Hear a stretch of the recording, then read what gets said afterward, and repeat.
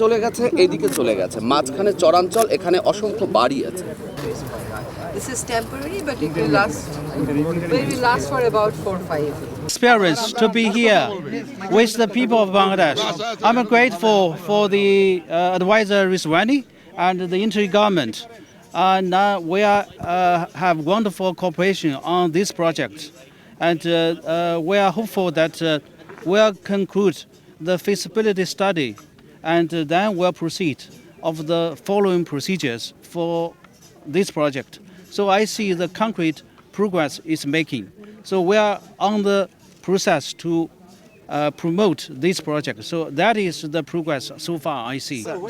সরকার যখন একটা প্রকল্প সাবমিট করে সরকারকে বলতে হয় সে কবের মধ্যে কাজটা শুরু করতে চায়, যাতে অন্য যে দেশটা আছে যে সাহায্য দেবে সেও ওই ডেটটা মাথায় রেখেই কাজটা করে।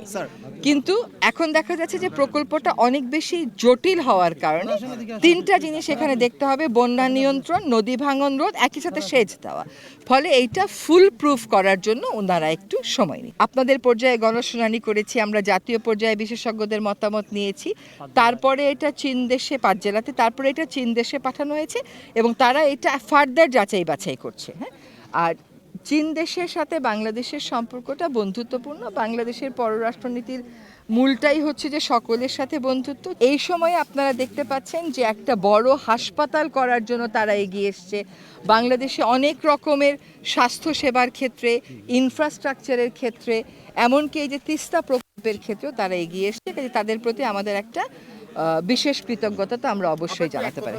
কোনোভাবেই হতাশা ছড়ানো যাবে না, কারণ উনি এই প্রকল্পটা করার ব্যাপারে চীন সরকার, বাংলাদেশ সরকার উভয়ই প্রতিশ্রুতিবদ্ধ বলেই আমরা দুজন আবার আপনাদের কাছে এসেছি। হ্যাঁ, এবং এই কথাগুলো আবার বলতে এসেছি যে এই প্রকল্পটা হবে এবং এইটার সপক্ষে রাজনৈতিক দলগুলোকেও আপনারা দেখেছেন, নির্বাচনে যারা যাচ্ছেন তারা বলেছেন যে তাদের রাজনৈতিক যে ম্যানিফেস্টো এটা তাদের পার্ট। সুতরাং এটা হবে, কিন্তু তাড়াহুড়াটা না করে যে 26শে জানুয়ারি বলেছিলেন 26 জানুয়ারি শুরু করে, এটা না করে আমরা সময় দিয়ে কাজটা ভালো করে হোক। এগুলো যেহেতু বড় রাজনৈতিক ইস্যু, আমরা মনে করি নির্বাচিত সরকার এসে এটা করাটাই ভালো।